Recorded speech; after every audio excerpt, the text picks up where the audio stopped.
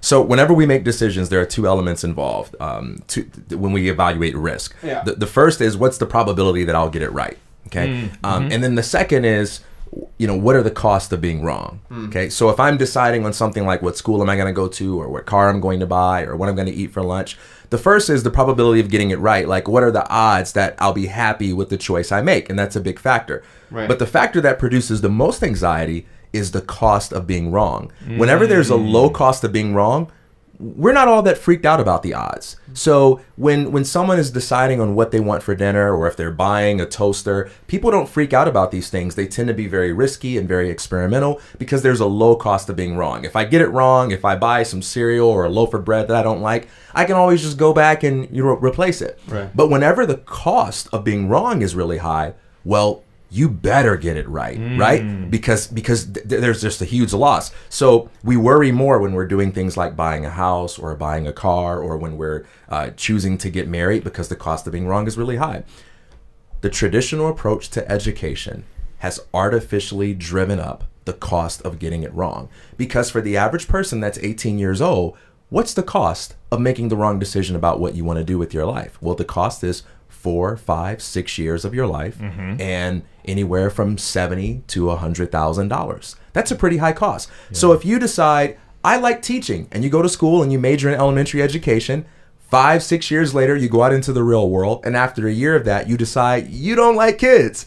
Well, that's a lot of time and a lot of money you just invested into making that choice. So it puts a lot of pressure on young people to make sure they think really hard about it and get it right. And that's artificial, because nature already has a built-in mechanism for us to discover what we like and what we want to do. And that's called experience. That's called experimentation. And the cost of that is actually relatively low. And what we have to do is return to a way of educating young people that reduces the cost of experimentation, so they can discover things in the way that human beings were designed to discover them, through experimentation. Well, yeah, it sounds like what you're talking about is building in these experiments that don't have they have some cost, but the benefit of that cost is almost always going to outweigh what the actual cost is. Even in failure, we learn so much. So you and I have been going back and forth in text about the recent NBA Finals.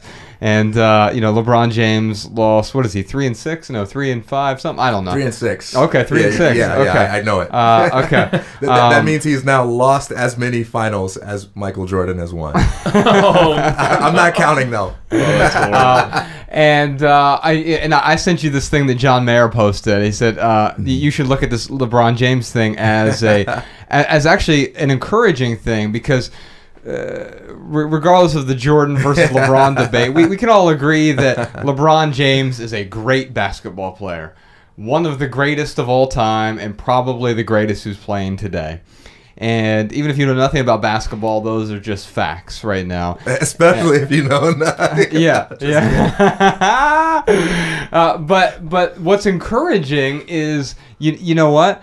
One of the greatest people can fail this many times, and part of that is what makes them great, is being able to go back and say, all right, now I need to figure this out again. And what we're talking about for your average person who's 18 or 25 or 35 or 45 is that they don't have the same costs associated with failure as LeBron James. He has a whole lot riding on that failure. We can fail a whole lot, and it doesn't matter to millions of people like it does to failing like LeBron James does. Yeah, it's I look at that pressure we put on ourselves. Oh, I've got to find the one thing I want to do the rest of my life.